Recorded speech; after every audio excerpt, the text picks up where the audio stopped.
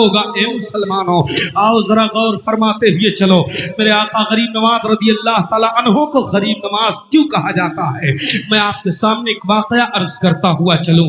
علامہ بدر ملت علیہ رحمہ کی زندگی کا آپ بیان فرماتے ہیں کہ جب حضرت علامہ بدر ملت علیہ رحمہ اجمیر شریف حاضری دینے کے لیے گئے تو کمرہ نمبر 69 میں آپ نے قیام کیا، آپ کے ساتھ آپ کے خدام بھی موجود تھے۔ اس وقت جو اجمیر شریف کے خادم تھے وہ سید فاروق چشتی تھے۔ ان کا بیان ہے کہ ہم لوگ بیٹھے ہوئے تھے، اچانک حضور بدر ملت علیہ رحمہ جو ایک اللہ کے ولی ہیں، ایک بڑے عالم دین ہیں، حضور بدر ملت علیہ رحمہ نے لوگوں سے مخاطب ہو کے ارشاد فرمایا، اے لوگو یہ شہر شہر الاولیاء ہے، یہاں بڑے بڑے قطب اور ابدال مدفون ہیں، یہ قبریں دیکھ رہے ہو، یہ ساری قبریں جو کچھ پٹ گئی ہیں، کچھ ابھری ہوئی ہیں، کچھ مزار بنے ہیں۔ کہا ہاں حضور دیکھ رہا ہوں۔ کہا یہ بڑے بڑے اقطاب و اوتاد کی قبریں ہیں، یہ اتنے بڑے بڑے ولیوں کی قبریں ہیں کہ اگر اکیلے میں کہیں دوسری جگہ ہوتے تو بڑے بڑے گنبد بنتے ان کے قبروں پر، مگر ہند کے راجا ولیوں کے تاجدار کی بارگاہ میں یہ پناہ لے کر کے یہی اپنی زندگی بسر کی، یہی مدفون ہو گئے۔ یہ کہتے ہوئے آپ نے ایک قبر کی طرف اشارہ کیا، فرمایا یہ قبر دیکھ رہے ہو؟ کہا ہاں۔ کہا یہ قبر خالی پڑی ہوئی ہے۔ کہا کیوں حضور، اس میں کوئی دفن نہیں ہے، مثنوی قبر ہے؟ کہا نہیں، اس میں اپنے وقت کا ایک بہت بڑا اللہ کا ولی آرام فرما رہا تھا۔ کہا حضور تو ہوا کیا، کیوں یہ قبر خالی ہو گئی؟ کہا سنو، معاملہ یہ ہے کہ ایک مرتبہ کا ذکر ہے، عرس غریب نواز چل رہا تھا، غریب نواز رضی اللہ تعالیٰ عنہ کے عرس کے موقع پر لوگ حاضرین آئے ہوئے تھے۔ ایک مرد اپنی عورت کو لے کر کے آیا ہوا تھا، اس کی بیوی اور اس کا شوہر تھا، اس کا ایک بچہ تھا 2-2.5-3 سال کا، وہ بھی یہیں سے آتا ہوا تھا، غریب نواز کی بارگاہ سے اسے حاصل ہوا تھا۔ اس نے دعائیں مانگی تھی اللہ سے وسیلے سے غریب نواز کے، تو یہیں سے اس کو بچہ ملا تھا، لائی تھی یہاں پر حاضری دینے کے لیے۔ بچہ کھیل رہا تھا، بچپنا تھا، ماں کی گود سے اترا اور کھیلتے ہوئے اس قبر کے قریب چلا گیا، اور بچہ جب قبر کے قریب گیا تو اچانک بچہ تھا پیشاب کر دیا، پیشاب کے چند قطرے جا کر اس قبر پر پڑ گئے۔ اللہ کے ولی کو جلال آ گیا، نگاہ جلالت اس پر ڈال دی تو بچہ وہیں تڑپ کے زمین پر گر گیا، ہاتھ پیر اس کا ہلنے لگا، زبان باہر آ گئی۔ کسی نے کہا خاتون تیرے بچے کو دیکھ کیا ہو گیا، دورہ پڑ گیا ہے۔ یہ خاتون بھاگتی ہوئی اپنے بچے کے قریب گئی اور جیسے گود میں اٹھاتی ہے تو اس کی سانس تھم گئی، حرکتیں بند ہو جاتی ہیں۔ یہ خاتون رونے لگی، ماں کا کلیجہ پھٹ جاتا ہے، ماں تڑپ جاتی ہے۔ کئی سالوں کے بعد ایک بچہ ملا تھا، ایک بچہ پیدا ہوا تھا، رو رہی ہے۔ شوہر آیا، بے قابو ہو گیا، کیا ہو گیا؟ کہا میرے لال کو نہ جانے کیا ہو گیا، اچانک دنیا سے چلا گیا۔ یہ عورت آہو فغا کرنے لگی، شوہر بھی رونے لگا، سارے زائرین جٹ گئے، افسوس کر رہے ہیں، ہائے افسوس عورت کو مصیبت آ گئی، کتنا پریشان ہے لوگ، بچہ مر گیا، لوگوں کی آنکھیں بھیگ گئی۔